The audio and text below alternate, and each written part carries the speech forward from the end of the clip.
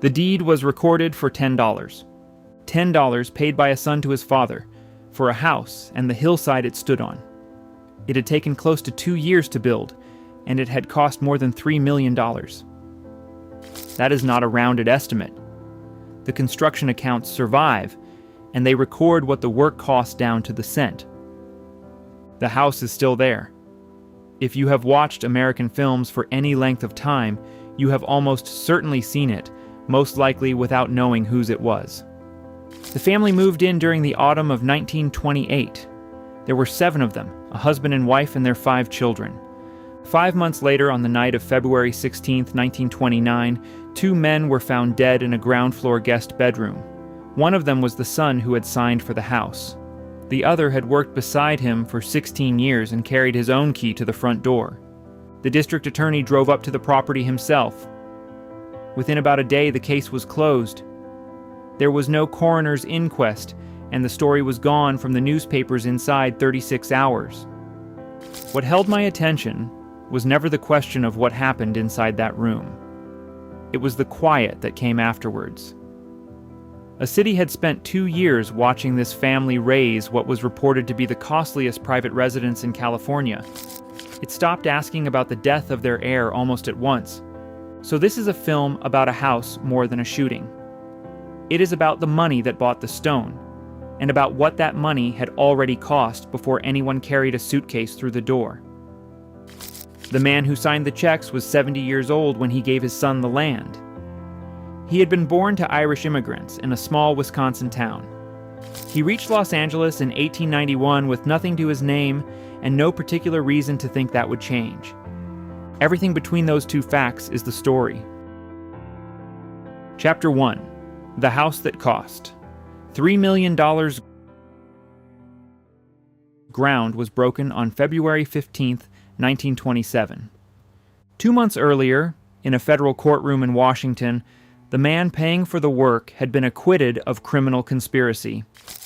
We will come back to that. For now, it is only a date.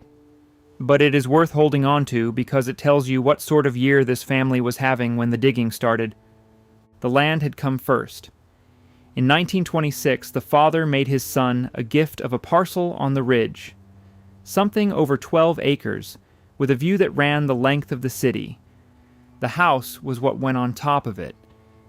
The site was a slope above Beverly Hills that had carried cattle and scrub and not much else. Below it, the city was still filling in. Above it, there was nothing at all.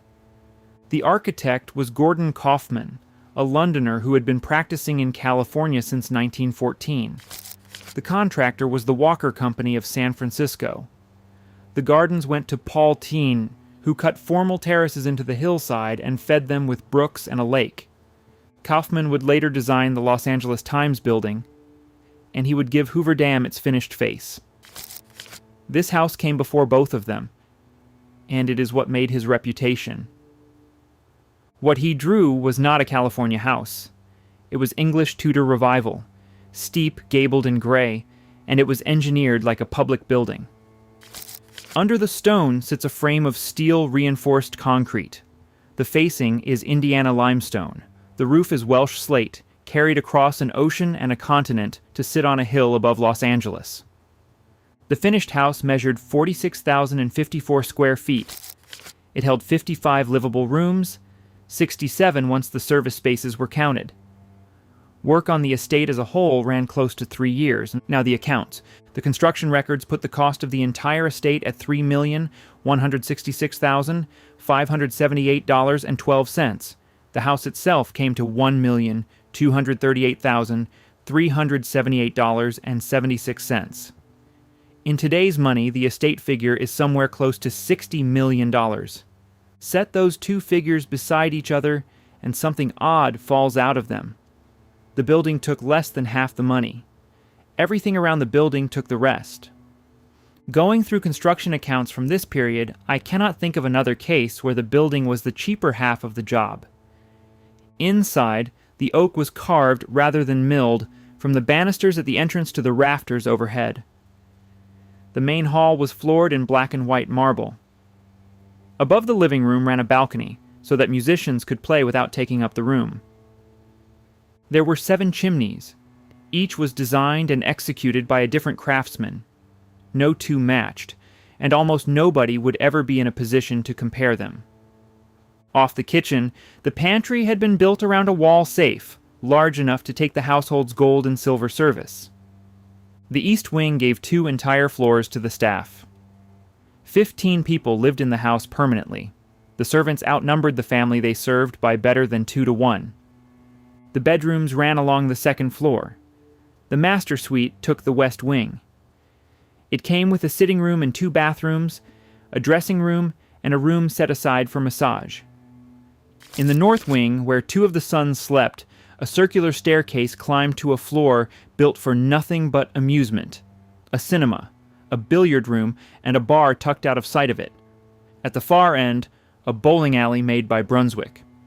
Every room facing south looked out over the whole basin, from the towers downtown to the water at Santa Monica. Outside, the estate kept going: stables and kennels, tennis courts, a greenhouse, and a swimming pool with its own pavilion, a gatehouse down at the road, and a fire station on the grounds, which suggests how little this household expected to rely on the city below. Tiena's gardens held a lake, and brooks that came down through the terraces into falls. On a dry hillside in Southern California, where water is the one thing nobody has, that was the loudest thing the estate said about its owners. The gray of the stone gave the place its name: Greystone. And then, with the work finished, Edward Doheny signed it away. The transfer covered the house and the ranch land under it, something close to 400 acres of Beverly Hills hillside. The price entered on the transfer was $10. A $10 deed is an ordinary legal instrument. It is what you use when a thing is being given rather than sold, and the law still wants a figure in the box. But the figure sits in the county record all the same: $3 million of steel and stone and imported slate handed from a father to his only son for the price of a good dinner. He had until February. Chapter 2. The Key. Hugh Plunkett arrived in Los Angeles in 1912 at 17 with his family and no particular prospects. He found work at a service station, pumping fuel and repairing whatever came in off the road. The station belonged to a Santa Fe Railway executive named Smith, and among the cars that came in for work were the ones belonging to the Doheny family. That is how the 2 of them met. A mechanic underneath a car, and the only son of the richest man in Los Angeles, standing on the other side of it. Edward Doheny Jr. had been born in November of 1893 into a household that was still climbing. By the time he was old enough to notice, the climbing was over. Everyone called him Ned. He went to the University of Southern California, took a business degree, and finished in 1916.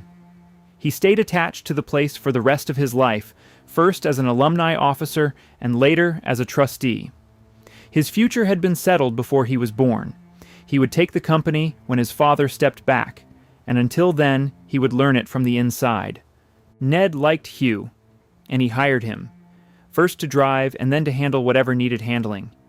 Then the geometry of it got stranger. Smith, who owned the service station, had a daughter named Lucy, and Ned married her.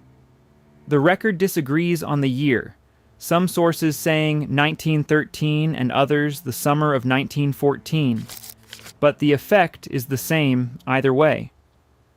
Hugh had gone from working for Lucy's father to working for Lucy's husband. When the country entered the war, the 2 of them enlisted on the same day. They did not fight the same war. Ned went in as a lieutenant. Hugh went in as a machinist's mate on a submarine chaser, which was a small wooden boat and a job below decks. Same recruiting office, same morning, 2 entirely different experiences of the Atlantic. They both came home.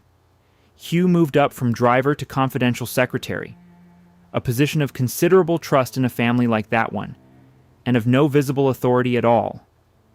He dealt with the things Ned did not want dealt with by anyone else. The salary mattered to him. Hugh supported his parents out of that job, and he paid for his younger brother to study engineering at the same university Ned had attended. He lived with his family in a small house on Dalton Avenue, south of downtown, a long way from the addresses he drove to. He married in 1916. There were no children, and the marriage came apart toward the end of the 20s. Somewhere in those years, Ned and Lucy had their youngest son, and they named him Timothy Hugh. Families of that size and that visibility do not usually name a child after the man who drives the car. Whatever the arrangement between these two households had become, it was no longer simply employment. By the middle of the 20s, he had been inside that household for more than a decade. He did not knock at the door of a Doheny house. He let himself in. Late in 1921, Ned went to a bank and withdrew $100,000 in cash.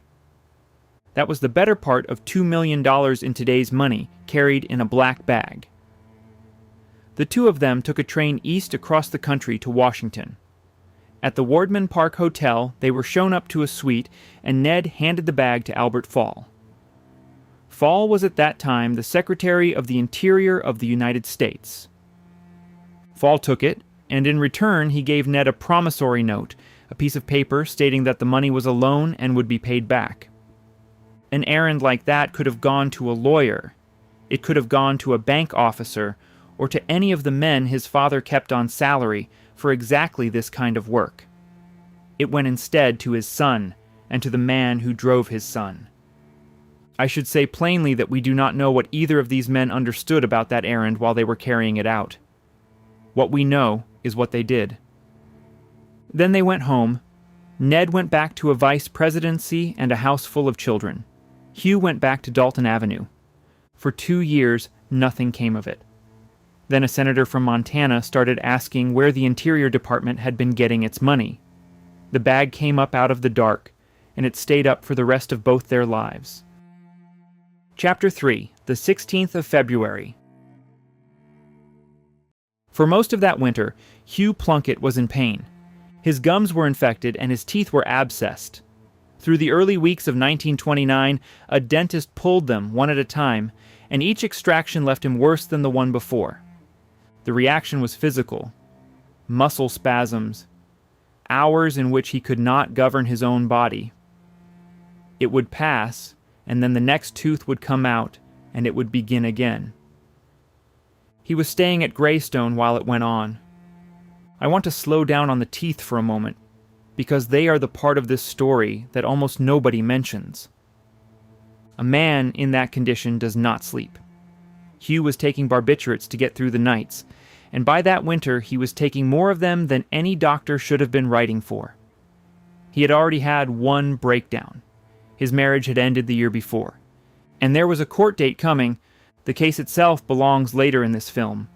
What matters here is the shape of it. Hugh Plunkett had carried a bag of cash to a cabinet secretary, and the federal government now wanted him under oath about it. Lucy Doheny's own secretary described him in that period as having gone morose, with the coming trial constantly on his mind.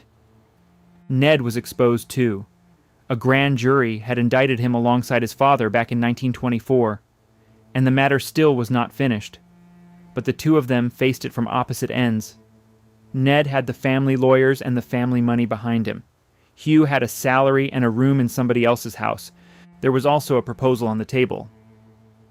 According to accounts that came out of both families afterwards, the Dohenys had been pressing Hugh to commit himself to a sanatorium. Consider what that arrangement would have accomplished. A man held in an institution is a man who does not appear in a courtroom. Whatever lay behind the suggestion, that is the effect it would have had. So, by the middle of February, this is where he stood. Ill, sleepless, and taking more every night to stay that way. Divorced the year before. A criminal proceeding ahead of him. And the family he had served since he was a boy, encouraging him to have himself declared unfit. One thing belongs on the record here because the account that followed leaned hard the other way. Plunkett's nephew always maintained that Ned was the unstable one of the two. Ned's own grandson later said the same. 2 families, 2 generations, and they agreed with each other. Saturday, the 16th of February. That afternoon, Ned telephoned the family physician, Dr. Fishbaugh, and asked him to come up to the house. Fishbaugh came. At some point after that, Hugh left. He came back that night. A guard on the property saw him at the garage, going through the closet where the family kept its guns. The guard did not stop him. Then he went up to the house and did what he had always done. He let himself in. Ned met him and walked him along to the ground floor guest bedrooms. There were two of them, side by side, off a short corridor at the east end. One was the room Hugh used when he stayed over. The other was Ned's. Above them were the bedrooms of 5 children, and beyond them the wing where 15 members of staff lived. The two men talked. Nobody has ever recorded what was said. Then Ned picked up the telephone and called Dr. Fishbaugh a second time. That made 2 calls to the same physician in about 9 hours. Whatever was happening inside the house that day, the family was still treating it as a medical problem and not as anything else. Fishbaugh arrived at around 11. He and Lucy started down the corridor toward the guest rooms. Before they reached them, the bedroom door came open. Hugh was standing in it. He saw the two of them, shouted at them to stay back, and shut the door. They heard a shot. That is where the reliable account stops. Everything after it comes from people who had reasons of their own. Chapter 4. Too big to touch. Nobody telephoned the police for about 3 hours. Both men were dead. The house was full of people. There were telephones in it, and a physician already standing in the corridor, and the Beverly Hills police station was a short drive down the hill. 3 hours passed. When the call finally went out, the man who came was not a duty sergeant. Buren Fitz, the elected district attorney of Los Angeles County, drove up to Greystone himself. District attorneys do not attend crime scenes. They receive files afterwards. Fitz attended this one, and he brought his investigators with him, among them a young man named Leslie White. It was the first homicide in the history of Beverly Hills. Within about 24 hours, the case was finished. The conclusion Fitz announced was that Hugh Plunkett had shot Ned Doheny after being refused a raise, and had then shot himself. I have never been able to make that motive stand up. A man does not spend 16 years inside a family and then kill its heir over a wage dispute. Not a man who enlisted beside him and came home to work for him. That is not a motive. It is a sentence that closes a file. In the same month, according to both families, that household had been urging him toward a sanatorium. The official finding asked the public to believe he had killed over wages instead. Set the timetable out plainly. A death of enormous public interest occurred late on a Saturday night, and by Monday it was legally settled and journalistically finished. There was no coroner's inquest. In California in 1929, an inquest was the ordinary mechanism for a violent death. It was also the one procedure that would have put witnesses on the record under oath. It did not happen. The newspapers ran it hard for a day and a half and then stopped. Los Angeles had several competing dailies at the time, all of them hungry, and the wealthiest family in the city had just lost its heir. The story simply went away. The explanation that circulated among reporters afterwards was that the father was not a man you went after. 7 years later, Leslie White published a book about his years as an investigator. In it, he wrote that the scene at Greystone had been altered before the police were allowed to see it, and that the weapon carried no fingerprints at all. The two families said their own things, quietly, for decades. Plunkett's relatives maintained that no real investigation had ever been permitted. On the other side, a woman who married into the Doheny family described what had been understood there. The doctor was called before the police, and the doctor did not tell the police everything. The funerals kept the two men apart, the way the city always had. Hugh's service was held at a mortuary on Washington Boulevard, a few streets from where his parents lived. Ned's was not. Then there is the question of where they were put. The Dohenys were among the most visible Catholic families in California. Estelle Doheny gave to the church on a scale that would eventually make her a papal countess. There was a Doheny room waiting at the Calvary Mausoleum. Ned was not placed in it. He was buried at Forest Lawn in Glendale, which is not a Catholic cemetery. The rule in 1929 was not complicated. A man who died by his own hand did not go into consecrated ground. Hugh Plunkett was buried on the same hillside a few rows down the slope. That is a strange arrangement by any reading of it. The official finding was that one of these men had murdered the other. They were laid in the same cemetery, in sight of one another, by the family of the man who was supposed to be the victim. Rome sent something as well. A marble canopy taken from the Basilica of Santa Sabina, reported to be more than 1,500 years old, arrived as a gift of sympathy from Pope Pius XI. It was set over Ned's grave, in a cemetery his church would not have chosen for him. And inside the house, one smaller thing was quietly settled. Ned and Lucy's youngest son had been given the middle name Hugh after the man who drove the car and carried the bag and let himself in without knocking. Lucy had it changed. Chapter 5. 3 Men in a Silver Camp. Kingston, New Mexico lasted about 10 years. Silver was found in the Black Range in 1882. Within a couple of seasons, the place held a few thousand people, a newspaper, and an opera house. By local account, it also carried something like 22 saloons. A camp like Kingston was not a town in any settled sense. It was a temporary arrangement between a mineral and several thousand people, and when the mineral stopped paying, the arrangement ended. To understand what a family was protecting in 1929, you have to go back about 50 years to that camp. 3 men who happened to be in it went on to matter a great deal to the United States, and all 3 of them were broke at the time. The first was Edward Doheny, and the route that brought him there is worth laying out, because nothing in it points forward. His father had come out of Tipperary during the famine and gone to sea, whaling off Labrador, before settling in Wisconsin. His mother was a schoolteacher from Newfoundland.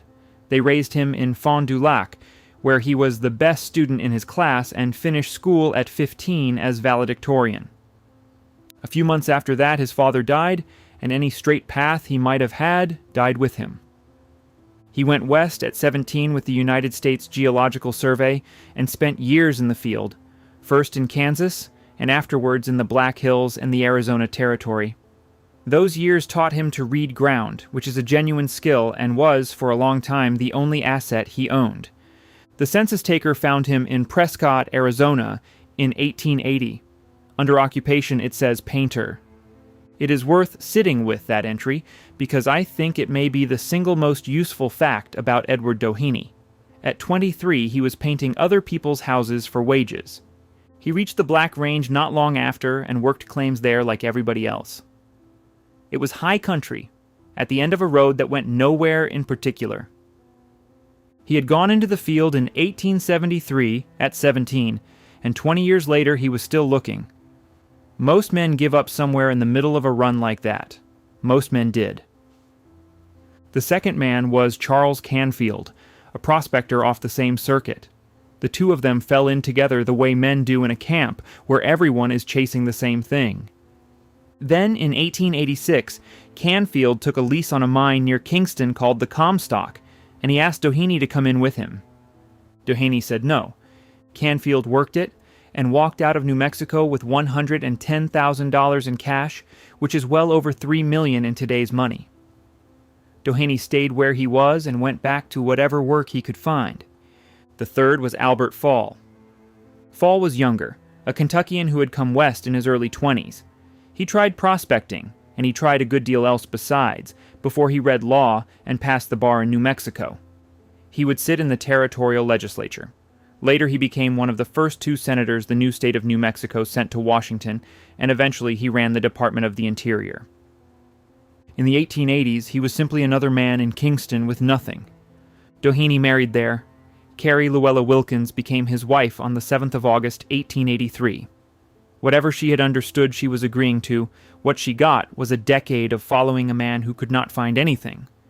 They had a daughter and called her Eileen. Then they moved on, because there was nothing left in the Black Range worth staying for. What finally emptied the camp was Washington. In 1893, the federal government stopped buying silver at a guaranteed price. The metal fell, and the mining towns of the Black Range drained out within a few years. All 3 men were long gone by then. Here is what that camp produced. 2 of them end up in the story this film is about. One would take a seat in the United States Senate and then a chair at the cabinet table. The other would pay for a house above Beverly Hills that cost more than $3 million to build. The third put up the stake that made it possible. Kingston is still on the map. The last time anybody counted, a few dozen people lived in it. Chapter 6: The City That Grew Derricks. Edward Doheny went to Los Angeles because Charles Canfield had done well there. By the time he arrived in the spring of 1891, that was no longer true. A land boom had run through Southern California in the late 80s and then collapsed, and Canfield had put his silver money into it. The city held about 50,000 people and a great many ruined men, and he was one of them.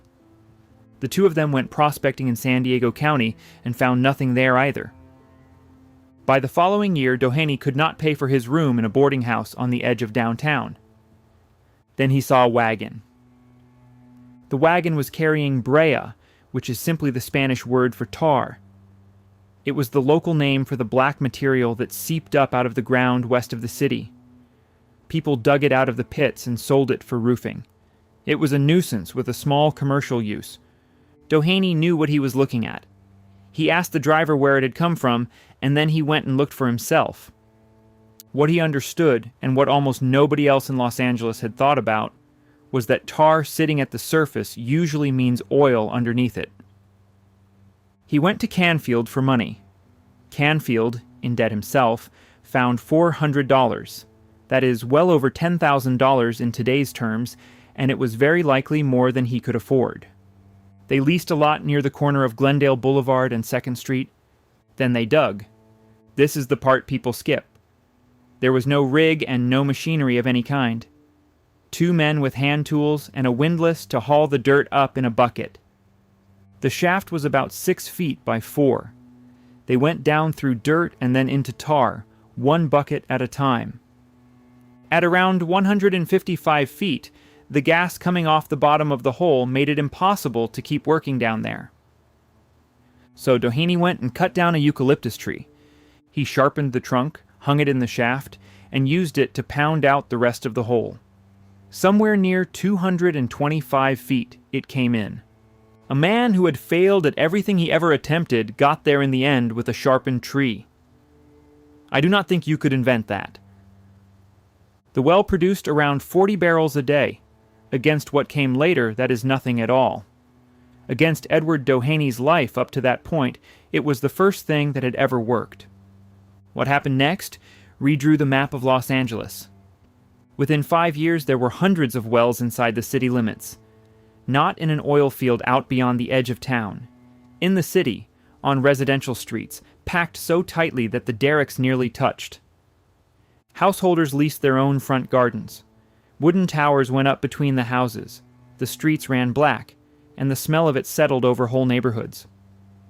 By the middle of the decade, the field was reportedly producing more than half the oil in California. The city eventually had to legislate against the drilling. By then, it had already done its work. Los Angeles had stopped being a farm town.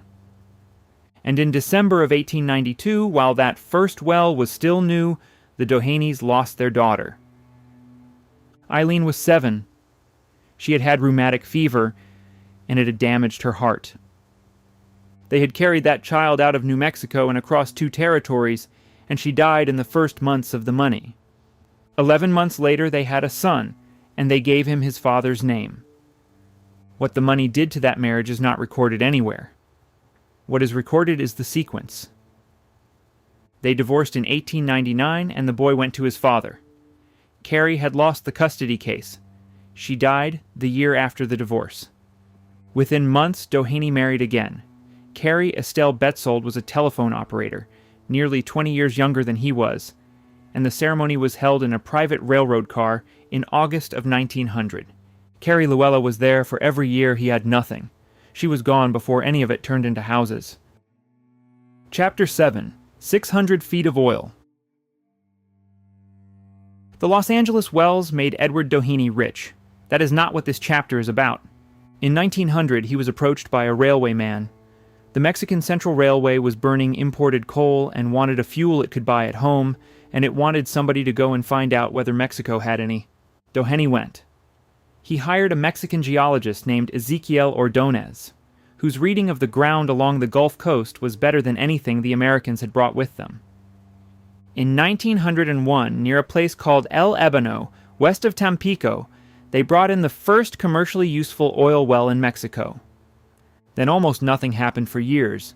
The crude was heavy and thick, and there was hardly anybody in Mexico to sell it to. Doheny had opened a field with no market attached to it. He put something like $6 million of his own money into keeping it alive, which is well over $200 million in today's terms. For most of a decade, it gave very little back. He solved it the way he solved most things, by finding people who needed to burn something. The heavy crude went to the railways as fuel oil, and what was left over went into road surfacing. In 1905, he took properties further south, near Tuxpan in the state of Veracruz, and formed the Huasteca Petroleum Company. That is where the scale changed. In September of 1910, a well called Juan Casiano No. 7 came in at something like 60,000 barrels a day. Over its working life, it produced more than 80 million barrels. That same year, the Mexican Revolution began. For the next decade, Doheny ran an industrial operation inside a country at war with itself. The fields were held by armed men on his own payroll. Pipelines were cut and repaired and cut again. The port at Tampico was fought over more than once. By 1914, he had a refinery on the coast and a pipeline feeding it. By the end of 1919, he controlled well over 1 million acres of Mexican oil land. And in February of 1916, on a hill called Cerro Azul, a crew working under a man named Herbert Wiley drilled the fourth well on the lease. It is reported to have thrown oil 598 feet into the air. Men working 16 miles away at Casiano heard it come in. Oil fell out of the sky across a radius of something like 2 miles. Cerro Azul No. 4 is reported to have produced 260,000 barrels in a single day. Across 14 years, it gave up more than 57 million. I have tried several times to write a sentence that makes 260,000 barrels a day feel like a real quantity, and I have not managed it. The Los Angeles well that started all of this made 40. That same year, he pulled the whole thing together into a holding company called Pan American Petroleum and Transport. Within a few years, it was reportedly the largest oil company in the United States. Mexico by then was producing more oil than any country in the world, except this one. Then the ground shifted under him, and not geologically. In 1917, Mexico wrote a new constitution. Article 27 placed everything beneath the surface of the country in the ownership of the Mexican nation. Foreign companies had bought land. Under the new reading, they had not bought what lay underneath it. The largest part of Edward Doheny's fortune had just been made conditional on the politics of a country he did not vote in. Which is one reason a private citizen in California came to care a very great deal about who sat in the American cabinet, and about what that person thought of Mexico. Albert Fall, as it happened, had strong opinions about Mexico. In April of 1925, Doheny sold almost everything he held outside California to Standard Oil of Indiana. $400, borrowed from a man who had none to spare, had paid for a hole in the ground off 2nd Street. 24 years after that, Edward Doheny was worth somewhere around $100 million, which is well past $1.5 billion in today's money. Almost none of it had come out of California. Chapter 8. The Man Who Bought His Neighbors. He did not build himself a mansion. He bought one, and then over the following decades he bought the ones around it. Chester Place was a private street just south of downtown Los Angeles, laid out in 1885 by a judge named Charles Silent and named after his son. There was a gate at the entrance and a booth for a man to sit in. 13 large houses went up along it, set in a block of parkland. It is generally called the first gated community in the city. Number 8 was designed by Theodore Eisen and Sumner Hunt for a mining engineer called Oliver Posey, and it was finished in 1899. Posey and his wife moved in and stayed about a year. On the 24th of October, 1901, Edward Doheny bought it from them for $120,000 in cash. That is something over $4 million in today's money. The furniture was included in the price. 22 rooms, around 24,000 square feet, a stone chateau with Gothic and Moorish and Mission elements pulled into one building, which sounds like it should be a mess and somehow is not. It is said to have held the first private elevator in Los Angeles. The room people remember is the Pompeian Room, a domed sunroom off the back of the house. The dome is Tiffany glass, iridescent, 24 feet across. Marble columns stand under it, and the floor is laid in a geometric pattern of Tuscan marble. When the earthquake of 1933 shook the house and did real damage to it, that room came through untouched. So far, this is only a rich man's house, and Los Angeles had others. Then it turns into something else. The Dohenys did not stop at number 8. Over the following decades, they bought the houses beside it, and then the ones past those, until they held most of the street. By the end, there were 9 of them. Buying a fine house is taste. Buying the houses on either side of it, and then the ones beyond those, looks to me like something other than taste. What he was assembling was not a property portfolio. It was a perimeter. By 1924, he needed one. A man under federal indictment does not enjoy the walk from his own front door to his car. Estelle ran it. Her husband spent years of his life in Mexico, and the work at Chester Place carried on without him under his wife's direction. Something was being built or altered at that address for most of the 6 decades the family lived there. In 1913, they added a conservatory designed by Alfred Rosenheim, about 200 feet of glass, put up to hold palms and orchids. There was a pool inside it. The house drew the kind of guests the address implied. Cardinals came. So reportedly did a young English prince who would later spend less than a year as king. Then the fashionable part of Los Angeles moved on without them. Money went west and north, out to Pasadena and afterwards to Beverly Hills, and the great houses of West Adams began changing hands and coming down. The Dohenys stayed. They had a wall around them, and they stayed behind it. By the end of his life, the street he had spent decades buying sat in a part of town that wealth had left. The house he built for his son says the same thing. Up on a hill outside the city, behind its own gate, at the end of its own drive. He had been living that way for 25 years already. And somewhere on the Chester Place grounds, according to accounts from the period, there stood a small hut. During the years when the Teapot Dome investigation was closing around him, Edward Doheny would sit in it with his attorney, Henry O'Melveny, working through what was coming. That is the last part of his life laid out in one back garden.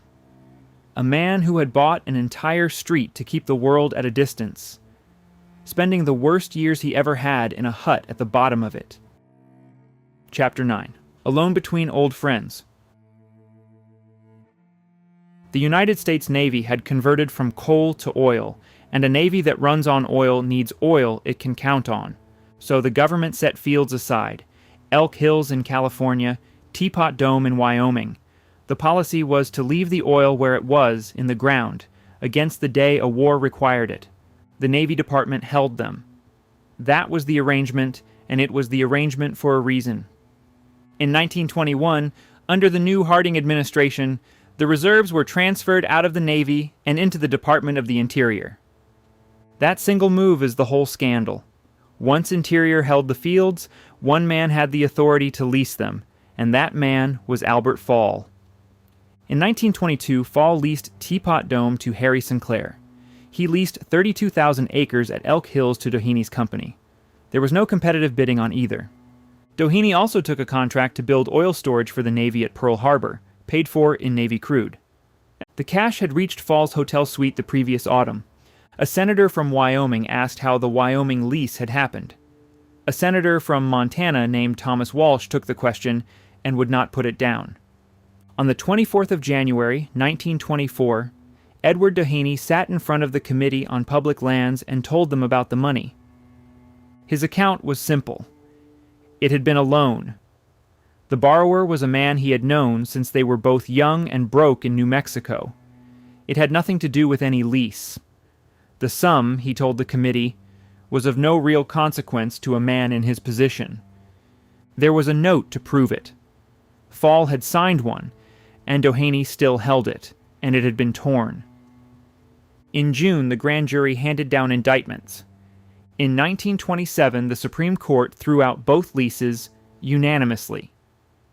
Justice Pierce Butler wrote that Fall had favored these two men so far that he could not have served the United States loyally. The court's word for him was faithless. But the criminal side had already gone the other way. In December of 1926, a Washington jury acquitted Doheny and Fall of conspiring to defraud the government. Doheny's defense was run by Frank Hogan, who was reportedly paid $1 million for it, something like $18 million in today's money.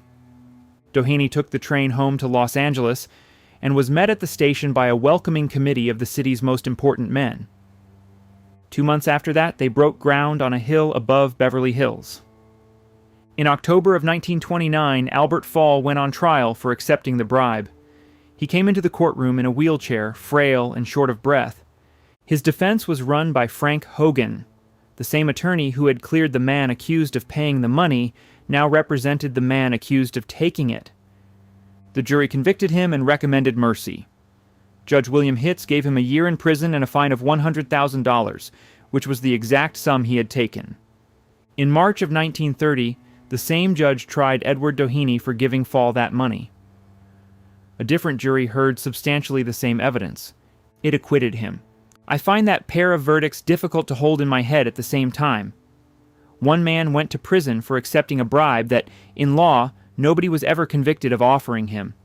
And between those two verdicts, in February of 1929, the son who had carried the bag was dead, and so was the man who had gone with him.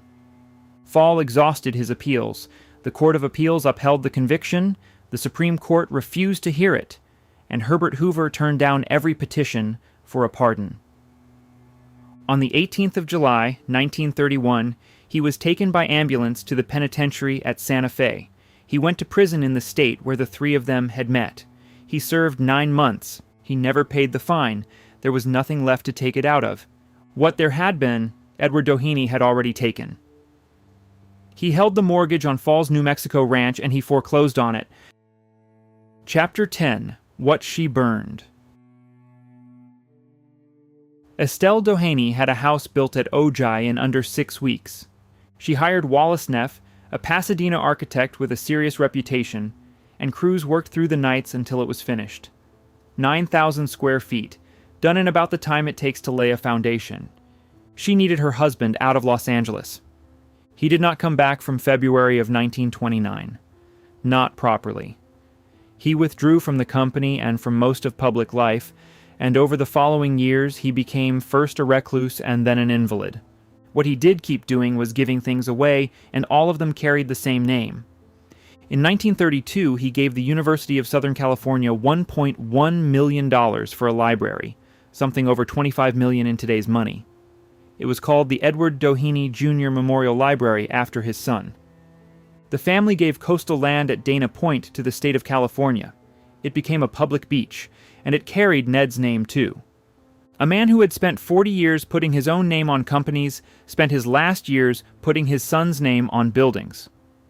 He died on the 8th of September, 1935, at 79. The funeral was at St. Vincent de Paul, the church the family had paid for. He was placed in the Doheny room at the Calvary Mausoleum, the one his son had not been put in. That same year, Estelle went through his papers. She burned hundreds of letters and business documents. His biographer, Margaret Leslie Davis, describes what went into that fire as the written remains of his life. Nobody knows what was in them. That is what a fire is for. I have spent a long time with this story, and I still cannot tell you what Edward Doheny thought about any of it. The person who knew burned the evidence.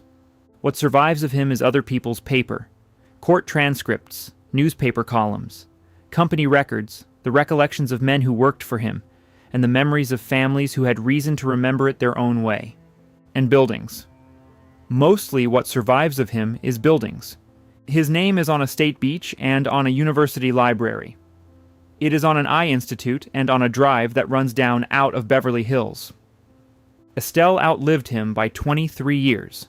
She was made a papal countess in 1939. In 1944, she lost her sight, and she put money behind the Eye Research Institute that still carries the family name.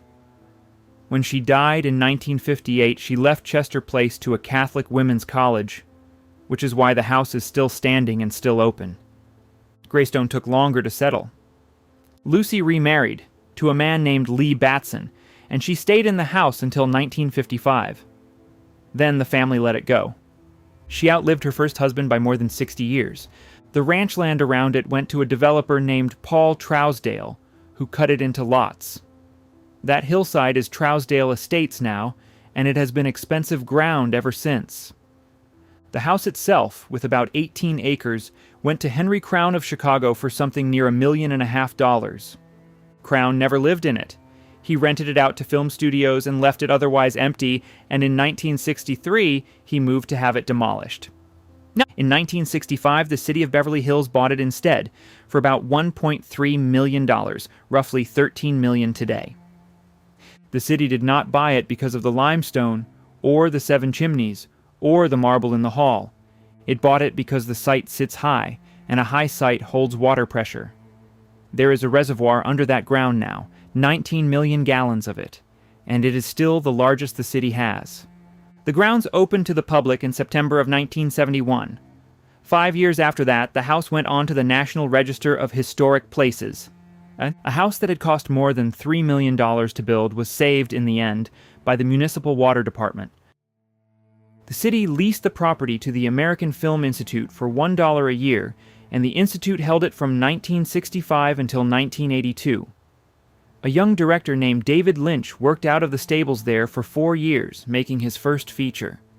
Since then, the place has hardly been off a screen. The Big Lebowski, Spider-Man, The Witches of Eastwick. When a production needs a rich man's house, it comes to Greystone. The staircase in the main hall has been photographed so often that people recognize it without knowing where it is. In 2007, a film called There Will Be Blood came up the hill. Its central character is an oil man named Daniel Plainview, and he was built in part out of Edward Doheny. Both men came from Fond du Lac in Wisconsin. Both worked for the Geological Survey in Kansas, and both went from mining into oil. Its last scene is set in a bowling alley. Greystone had one, down the circular stair in the north wing, and by then it had been shut up and forgotten for decades. The production found it, restored it, and shot there. So the violent ending of a film about a fictional Edward Doheny was filmed in the recreation wing of the real one's house. And the line everybody remembers from it was taken out of the transcripts of the 1924 hearings, the ones that broke him. If there is a lesson in any of this, I have not found it, and I would be wary of anyone who says they have. What is missing is easier to state. There was no inquest. There is no sworn testimony from anyone who was inside that house on the 16th of February. The letters and the business papers went into a fire in 1935, and the woman who lit it took whatever she knew with her when she died. Estelle's Gutenberg Bible sold in 1987 for $5.4 million, and it stood as a record for a printed book for more than 20 years. Her husband's own words are not for sale because there are none. The house is open. The grounds are a public park now and they cost nothing to walk in, and the rest of the time the place is rented out for weddings and film crews. The 2 guest bedrooms are on the ground floor at the east end. Most people who go there have no idea.